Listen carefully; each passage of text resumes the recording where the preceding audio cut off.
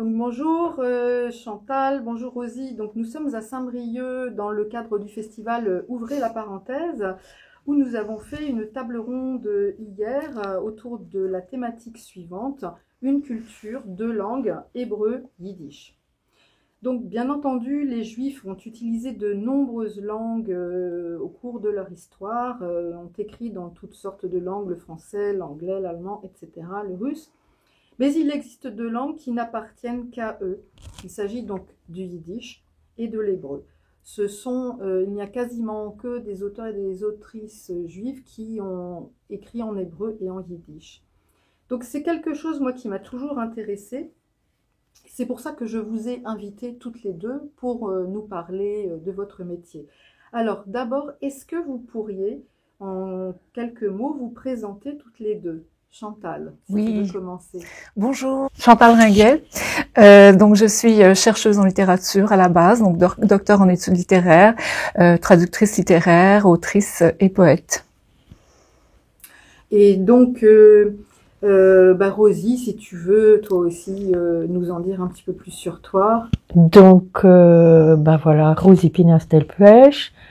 Un long itinéraire de langue en langue et de pays en pays, enseignante d'abord de littérature française, puis traductrice littéraire de l'hébreu et presque simultanément écrivaine et éditrice de l'hébreu chez Actes Sud. Merci. Alors je voudrais lire un petit extrait du typographe de Whitechapel, donc qui est un livre de Rosie. Un livre d'écrivaine dans lequel donc tu as écrit sur Brenner, donc qui est un auteur du début du XXe siècle, qui a commencé à écrire en hébreu. Et dans un de ses livres qui s'appelle Autour d'un point, donc il fait parler une personnage qui s'appelle Rachel. Voilà ce qu'il dit à propos de Rachel. Donc c'est un extrait que tu as traduit. Dans notre communauté de Kinneret, nous avons longuement débattu de la crise du socialisme. Le caractère révolutionnaire de la littérature hébraïque m'est apparu dans toute son évidence, contrairement au yiddish. À la naissance du mouvement ouvrier dans la zone de résidence, le yiddish nous tenait lieu de patrie dans notre exil. Au printemps, le soir, nous allions nous mêler à la foule bourdonnante de la vie des travailleurs. Malgré la pauvreté de la langue, les mots ne nous manquaient pas. La pauvreté sied aux pauvres. C'est peut-être la seule période de notre vie où notre parler était authentique. Il y avait dans la littérature yiddish de l'époque quelque chose qui rappelait la mer, une grande douceur et un érotisme subtil. Et aussi comme une incapacité de faire un seul pas en toute liberté, de peur que ne craquent les vêtements en loques qui ne tenaient plus qu'à un fil. Mais il y a dans la vie d'un homme et d'un peuple certaines époques où rien n'est plus dangereux que l'idylle. Nous étions obligés de trahir le yiddish, et nous l'avons payé cher comme toute trahison. Et ce n'est pas parce que l'hébreu est la langue de nos ancêtres que nous sommes revenus à lui. Cette liberté de penser, cette audace, c'est la pérennité de la pensée révolutionnaire de la Bible qui ressuscite sous nos yeux lorsqu'on la lit ici. Chaque génération y a fait entendre sa voix et le courant de pensée, qui ne pouvait être que révolutionnaire, s'exprimait en hébreu. Voilà, donc je pense que c'est une introduction pour aborder ces deux langues qui sont bien évidemment très différentes. Est-ce que Chantal, tu pourrais nous présenter un petit peu la langue yiddish, puisque je pense qu'on est nombreux à ne pas très bien savoir de quoi il s'agit. Oui, bien sûr. Alors, il faut faire un peu d'histoire. Donc, le yiddish, du terme, le terme lui-même signifie juif. C'est une langue qui est née vers l'an 1000 dans la vallée du Rhin et qui a toute une longue histoire de migration, d'exil et justement qui, d'entrée de jeu, pour la distinguer de l'allemand, on a décidé de l'écrire dans l'alphabet hébraïque, comme l'hébreu. C'est une langue qui est celle des juifs ashkénazes, comme on le sait, et elle est aussi la langue de la diaspora qui a été la plus répandue dans le monde à une certaine époque, même avant l'anglais. Ceci est est intéressant, je pense. Le yiddish, c'est aussi une littérature qui a été très faste à différentes périodes.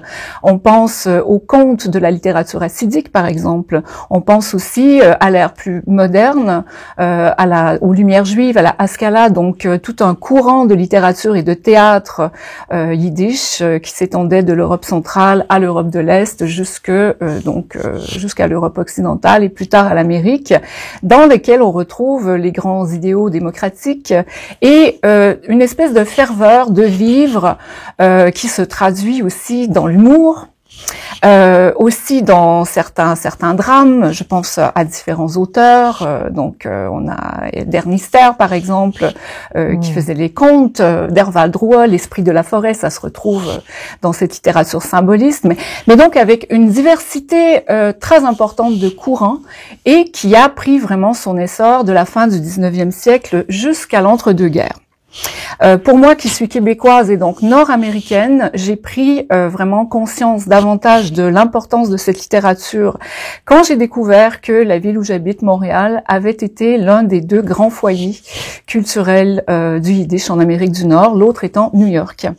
Donc, on parle vraiment ici d'une langue qui était parlée et affichée couramment dans les grandes artères de la ville, les artères principales. Donc, une presse yiddish qui a été parmi l'une des premières et des plus importantes en Amérique du Nord dès le début du XXe siècle, et une diversité d'auteurs qui ont apporté avec eux la modernité littéraire et artistique.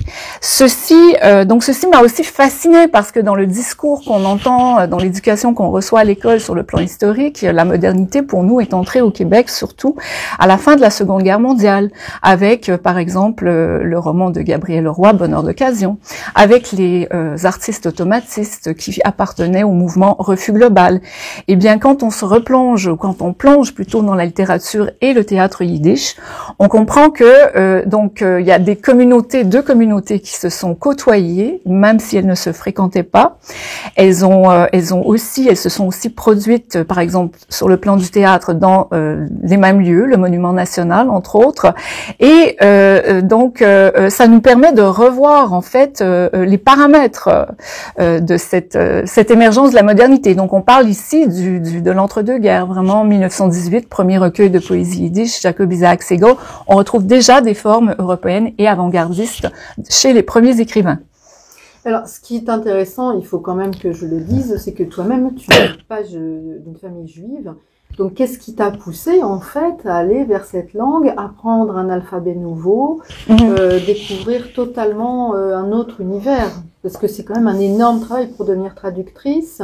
Je sais de quoi il s'agit. Il faut vraiment être totalement familiarisé avec une langue. Absolument. Il est vrai que oui, j'ai reçu une éducation catholique. Donc aux Ursulines, on faisait déjà du latin, etc. Donc les langues, ça a toujours été quelque chose qui m'a interpellée. La question de la rencontre de l'autre à travers la traduction, l'ouverture sur le monde, c'est quelque chose qui très très jeune m'a beaucoup interpellée.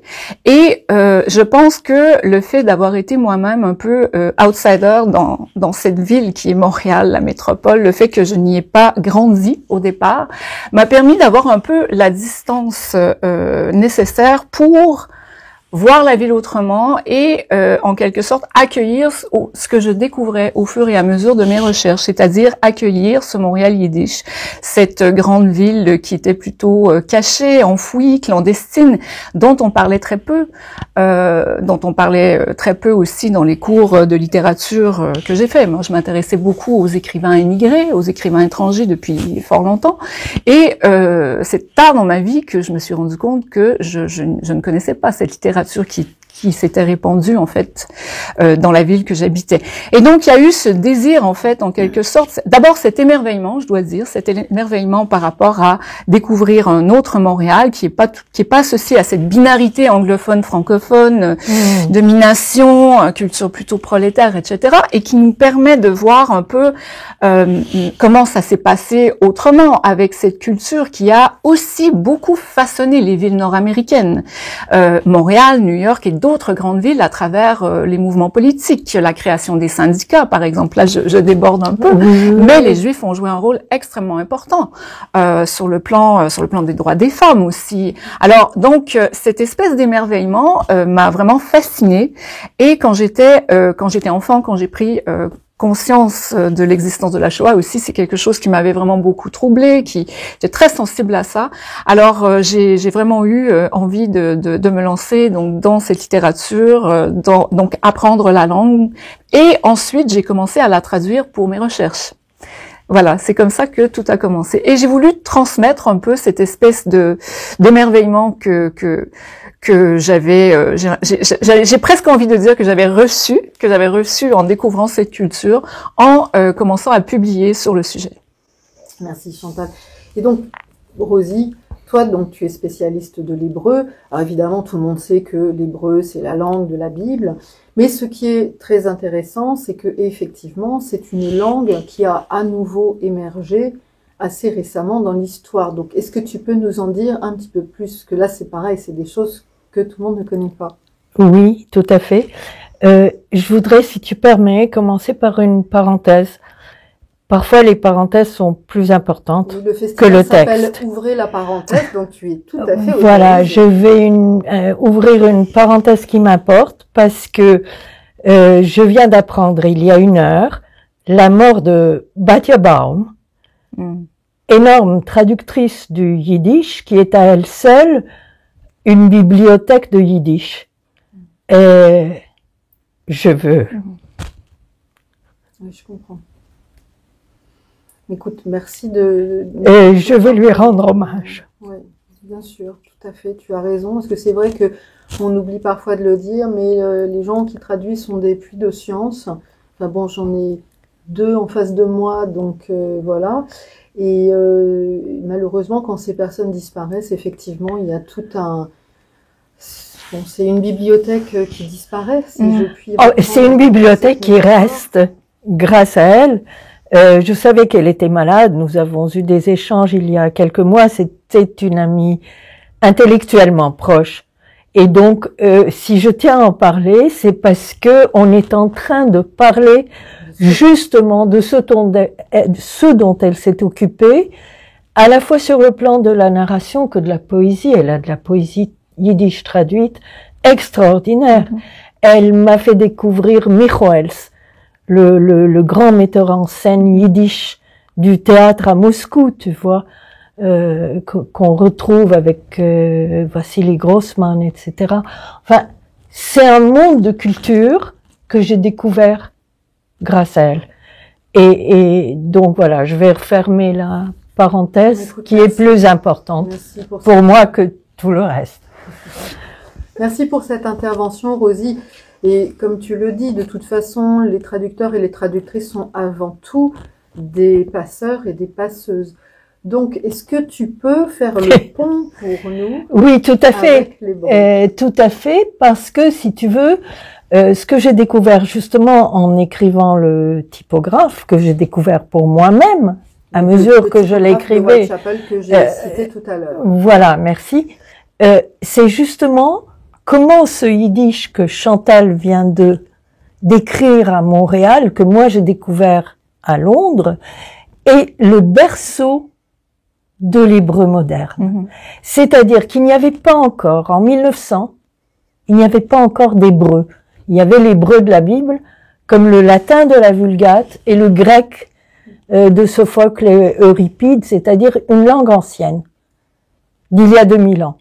Et donc, les Juifs ont gardé ce côté sacré de la langue. Les hommes ont correspondu entre eux en hébreu, de point de religion et d'application de la religion, de point de philosophie hébraïque, mais la langue vernaculaire, en quelque sorte, d'il y a 2000 ans, celle d'avant l'exil, avait disparu.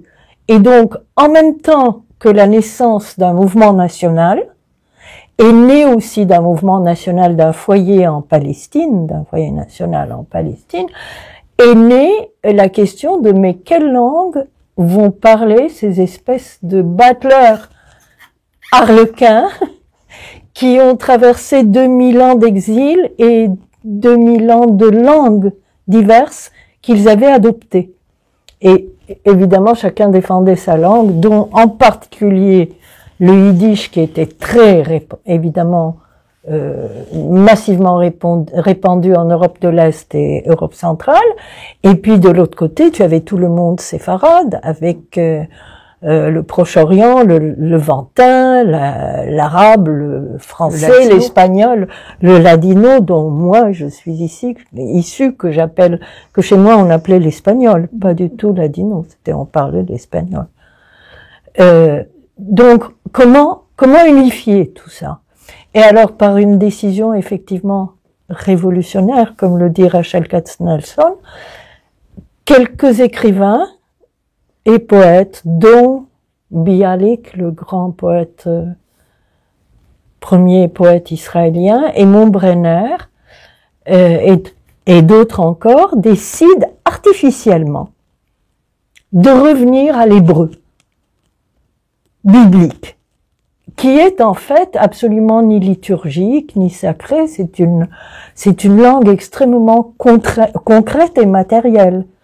Donc, c'est comme ça, à partir de 1900, et dans quelques foyers en Europe et à Jérusalem, qui est à peine un noyau, à Odessa, à Berlin, à Varsovie, que commence l'idée d'écrire en hébreu, de commencer à écrire des romans profanes, de la poésie profane, et de créer une langue, ce que fait le grand Ben Yehuda, qui se met à parler à son bébé en hébreu. Enfin, ça fait des dégâts en même temps, parce que les enfants, il y a des parents qui les coupent d'un coup de la langue, de la belle langue maternelle.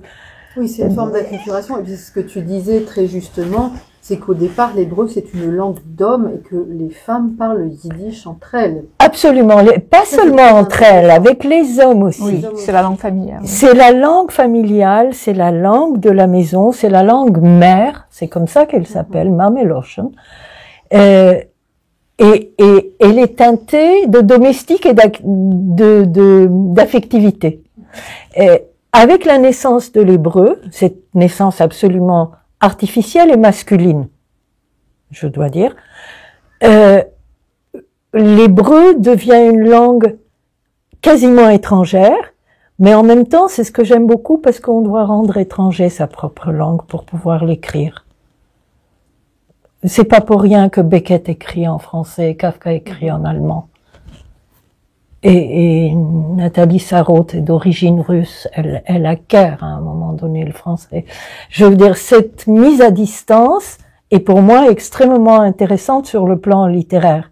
Et c'est pour ça que je me suis intéressée à la naissance de cette langue, à comment, au bout d'un moment, les hommes, les linguistes à Jérusalem, en train de créer un dictionnaire pour pouvoir parler, s'adressent aux femmes institutrices qui leur rapportent les questions des enfants. Comment on dit ça? Comment on dit ça? Et donc, il y a, au bout d'un moment, forcément une collaboration réelle, matérielle, avec les femmes qui enrichissent le dictionnaire. Vois-tu? Et donc, c'est comme ça, très très artificiellement, comme un espéranto, mais l'espéranto n'a pas d'histoire, alors que l'hébreu, il se construit au XXe siècle par des intellectuels, des hommes, mais aussi, surtout, des écrivains et des poètes, et peu à peu, il prend de la chair sur place, avec les locuteurs, qui ont des besoins linguistiques. Il y a ce que j'appelle une détresse linguistique dans ce pays, à ses débuts, enfin dans ce foyer humain, qui parle quelque chose sans affect. Et ça, c'est très, très intéressant. Ah oui, effectivement, c'est passionnant. Oui. Et alors, moi, j'aimerais savoir, parce que donc, tu es né à Istanbul, où tu as grandi jusqu'à l'âge de 18 ans. Ensuite, tu es venu en France, donc tu as fait en fait toutes tes études en français. Donc, qu'est-ce qui t'a poussé à choisir de traduire l'hébreu? Je précise aussi que tu traduis le turc, mais quand même, la langue que tu préfères traduire, c'est l'hébreu. Oui, j'ai traduit un seul auteur du turc, par choix, parce que c'est un auteur extraordinaire dont chaque phrase est une leçon d'écriture pour moi. Pour ça que je l'ai traduit. Alors que l'hébreu est un engagement littéraire, existentiel, total, pour les raisons que je viens d'énumérer, c'est-à-dire cette étrangeté totale. Qu'est-ce qui m'a fait? Je pense que c'est l'écriture.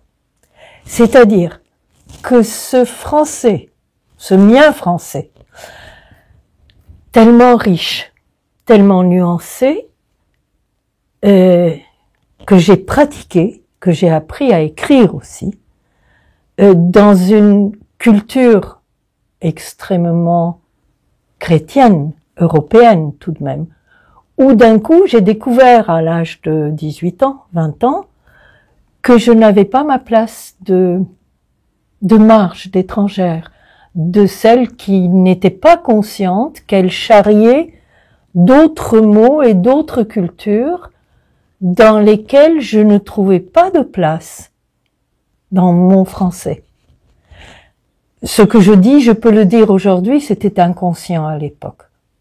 Et donc, je me suis déportée, en quelque sorte, vers cette langue totalement étrangère pour moi, qui est l'hébreu.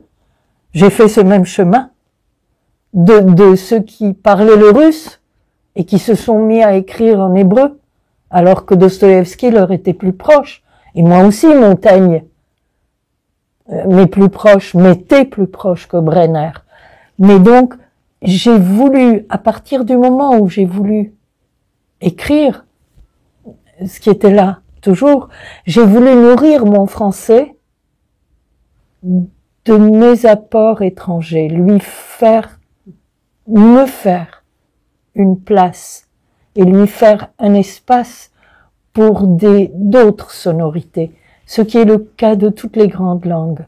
Dans toutes les grandes langues, on fait sonner d'autres langues, c'est ça qui les enrichit. C'est le contraire du nationalisme étroit. Je suis tout à fait d'accord. Au contraire, faisons couler les autres fleuves dans la langue, quelle qu'elle soit. Bien sûr.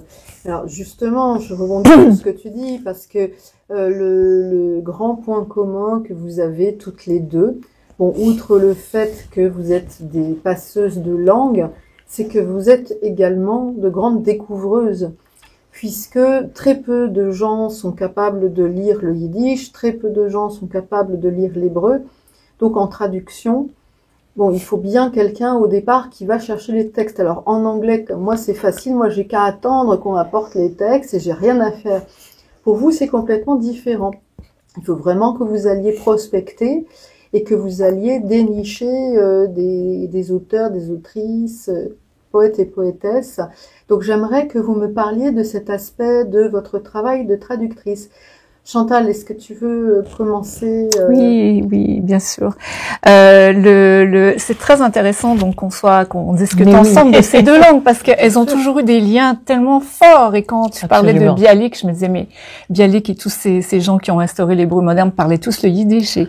Mais voilà. Ils ont écrit dans les deux langues. Oui. Tout à fait. Alors, voilà, c'est vraiment fascinant, tous ces chemins qui se croisent et qui se décroisent, en fait, au fil du temps. Maintenant, pour ce qui est du yiddish, le statut est en particulier, c'est-à-dire, c'est une langue qui est davantage associée à la mémoire de nos jours. Si on fait exception des communautés, ultra-orthodoxes et hassidim, dans lesquelles le yiddish est très, très vivant, mais qui sont des communautés qui ne produisent pas de littérature. Donc, si on met ça de côté, les écrivains, les artistes auxquels je me suis intéressée sont des gens qui ont écrit à des époques passées surtout. Donc, c'est une langue de mémoire qui, comme on le sait, a largement disparu depuis la Seconde Guerre mondiale et depuis la Shoah. On en parle comme d'un continent englouti et qu'il faut découvrir et redécouvrir, je pense. Alors, dans le travail que je fais personnellement, ça s'articule beaucoup. C'est un travail qui se réalise beaucoup dans les archives. Donc, dans les archives où sont conservés la plupart des manuscrits qui sont encore disponibles de ces écrivains et de ces artistes. Donc, j'ai eu la chance enfin, c'est aussi une volonté personnelle d'aller faire des recherches dans les archives, à la fois en Israël, mais aussi à New York, où se trouvent aujourd'hui les archives en yiddish, au YIVO. Donc, c'est l'Institut de recherche en études juives. Et on retrouve donc dans ces fonds d'archives des correspondances, des écrits d'écrivains, il y a des inédits, il y a plein de choses absolument fascinantes. Et il est vrai qu'à un certain moment, on peut se sentir un peu seul en même temps, parce qu'on se sent petit dans cet océan d'archives. D'un autre côté, je pense que c'est extrêmement important de suivre sa ligne. Donc moi, c'est ce que je fais, c'est-à-dire, il y a des poétesses, entre autres, qui me parlent particulièrement. Il y a Katia Molodowski, que j'ai découverte il y a un certain nombre d'années, Rachel Korn. On parle ici de deux grandes poétesses yiddish qui étaient connues à Varsovie et en Pologne durant l'entre-deux-guerres. Korn, par exemple, était de langue maternelle polonaise. Ça, c'est très intéressant. Et elle a fait le choix plus tard, après la Première Guerre mondiale, d'écrire en yiddish. C'était vraiment, il y avait un caractère éthique et politique à ce geste. Ça. Et ça, je trouve ça fascinant. Et des femmes, donc, qui étaient, j'ai traduit des hommes aussi, mais des femmes qui étaient considérées comme de grandes voix de cette littérature très moderniste à l'époque. Voilà, en retraçant leurs manuscrits, en faisant des recherches à la fois au YIVO et au Hadassah Brandeis Institute, à l'université Brandeis, où j'ai été chercheuse invitée, j'ai pu me consacrer vraiment à une recherche de fond sur leurs écrits et les traduire. Et c'est ainsi que, donc j'en arrive un peu à ajouter en quelque sorte, à diffuser un peu leur poésie, leurs textes dans le monde francophone. Cela dit, il y avait aussi eu la très belle anthologie de Charles Dobzhansky qui avait été publiée chez Gallimard en 2000-2001, je crois, Le Miroir d'un peuple, anthologie de la poésie yiddish moderne, dans lequel on retrouvait déjà quelques poèmes de ces auteurs. Alors justement, Rachel Korn, tu as publié des traductions de ces poèmes dans la revue Apulée, qui vient de paraître, qui est donc disponible actuellement. Toi, Rosie, comme je le disais, donc c'est pareil, tu es une découvreuse de textes, et en plus, donc toi, tu es directrice de la collection Lettres hébraïques aux éditions Actes Sud. Donc tu es vraiment dans la position de chercheuse. Oui, en fait, c'est une situation qui s'est officialisée rapidement chez Actes Sud, parce que dès le début, j'ai demandé à traduire un grand livre qui était en souffrance pour Inventaire de Yaakov Shabtai en 92, et après, je me suis rendu compte que je voulais traduire les livres que j'aime et que j'ai envie de faire connaître en France, et par rapport à l'anglais, l'allemand, qui sont des langues lues par les éditeurs, l'hébreu n'est pas lu par eux. Donc, quand les agents leur en parlent, les agents littéraires, ou qu'on leur envoie des livres, ils savent pas, ils sont obligés de nous les envoyer pour les lire, et tant qu'à faire, je me suis rendu compte que les lisant moi-même avant eux, par intérêt, je préférais leur proposer. C'est comme ça que ça a commencé, et c'est comme ça que de plus en plus, si tu veux, trouvant cet intérêt à la nouveauté, au côté extrêmement innovant de cet hébreu qui s'invente à mesure qu'il s'écrit, à mesure qu'il se parle, à mesure qu'il inspire les écrivains par une nouvelle réalité, si tu veux. J'avais une pépinière très novatrice. C'est pour ça que je suis allée chercher des livres et proposer des livres, en mettant plus l'accent par goût, je pense, plus que les histoires qui se racontent, qui existent dans toutes les langues, j'ai mis plus l'accent sur le matériau linguistique, sur les inventions langagières et formelles, parce que il y a cette part de se découvrir écrivain dans une langue très récente. Donc c'est à ça que je me suis attachée, et où, si tu veux, la collection, j'ai envie qu'elle soit une espèce d'éventail ouvert des diverses possibilités de la langue. Et donc j'ai parlé à ce propos d'une tentative unique que j'ai faite il y a longtemps par un Éthiopien qui apprend tardivement la langue et qui raconte son voyage des montagnes du Gondar jusqu'en Israël. Quel est le titre en fait Asterai. D'accord. De Omri Tegamlak Amera. D'accord, merci. Qui est un roman unique, malheureusement, il n'a pas continué.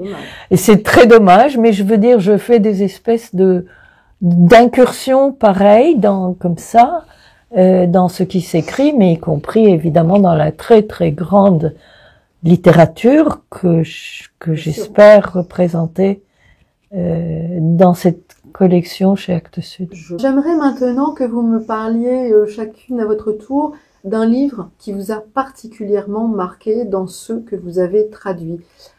Chantal.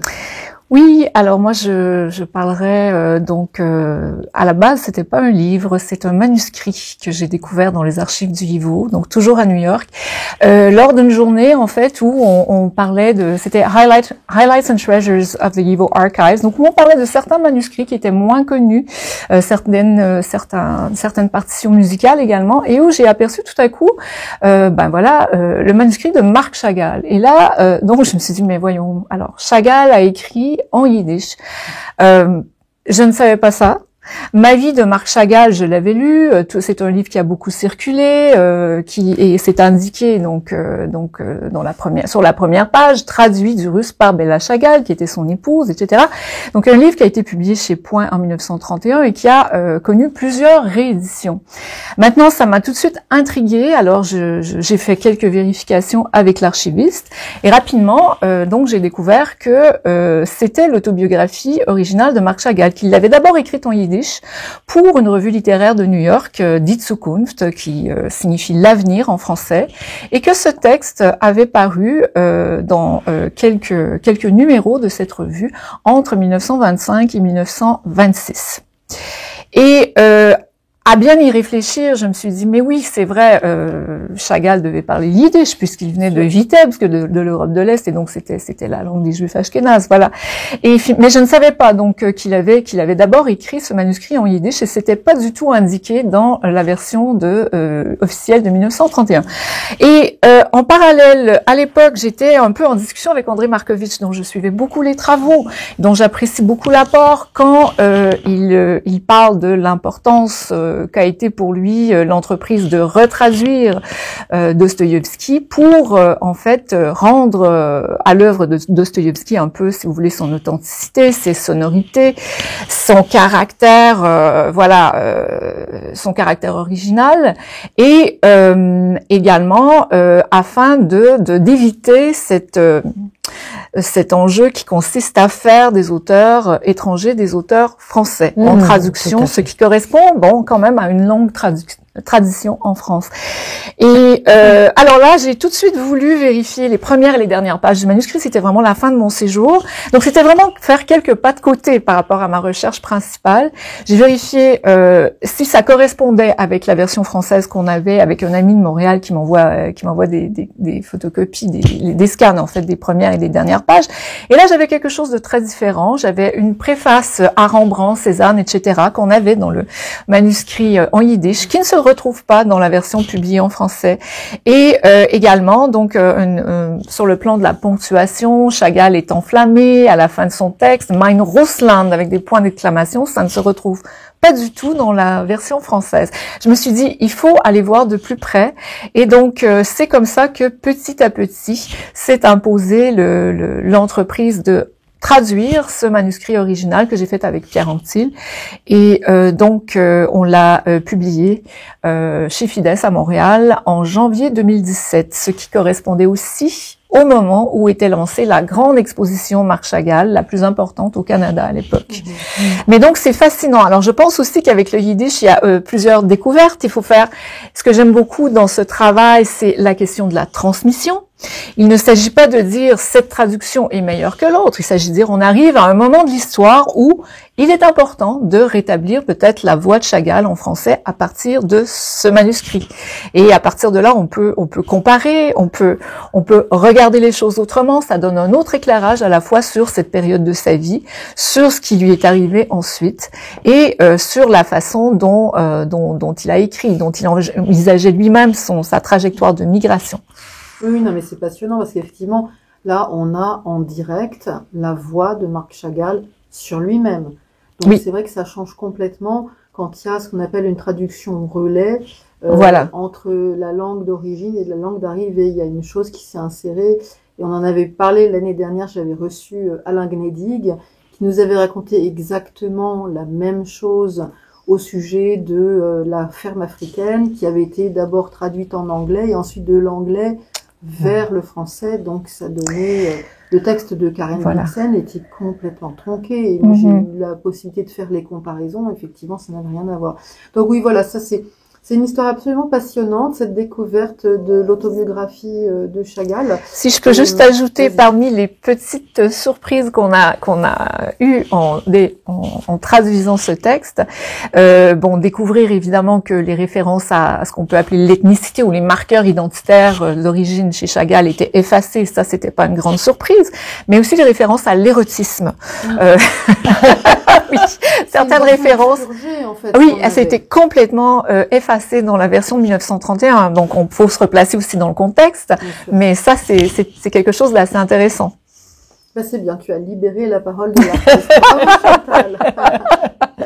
Et donc, je précise que le livre doit être disponible sur commande sur Internet et que théoriquement, on doit pouvoir le trouver à Paris au musée d'art et d'histoire du judaïsme. C'est exact, voilà. À la librairie.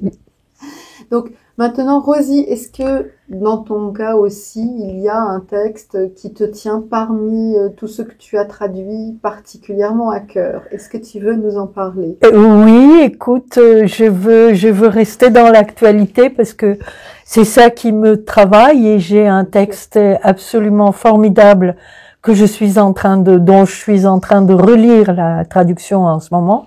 Et c'est un peu dans la continuité de ma collection, parce que il s'agit du très nouveau livre d'Orly Kastelblum qui paraîtra en septembre 24, donc à la rentrée prochaine, et qui est comme une réactualisation de ce premier livre que j'ai découvert en 1992, donc il y a pratiquement 25 ans, et la même écrivaine a fait un chemin d'une génération. Elle est toujours, c'est difficile dans le cas d'un écrivain, elle est toujours aussi révolutionnaire, sinon plus. Wow.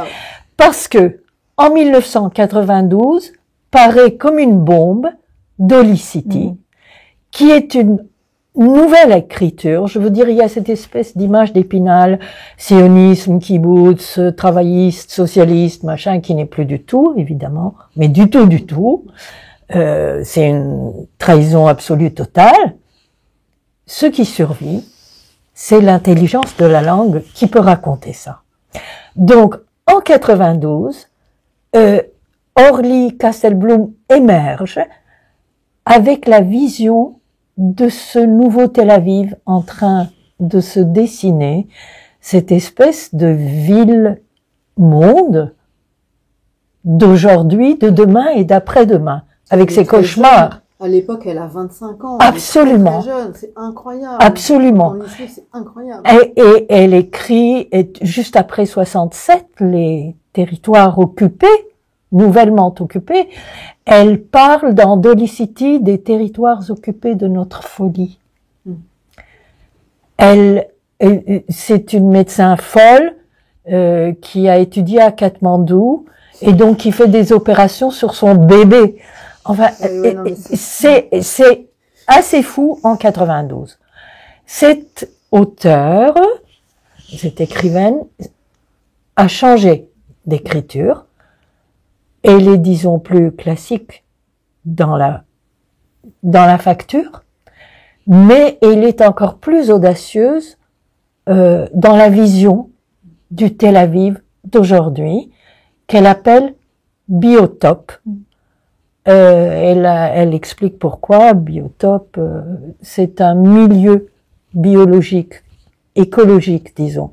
Et en fait, elle décrit son quartier, très proche, avec les tours de bureaux, avec les SDF accros à la méthadone qu'ils prennent pour être sevrés de leur toxicomanie. Donc, il y a tout un tas de personnages. Il y a des promoteurs immobiliers dans les tours de bureaux qui ont poussé partout, dans les tours de riches. Et donc, c'est notre monde d'aujourd'hui, des grandes métropoles. Et en même temps, c'est un regard empreint d'une très grande compassion, de dérision.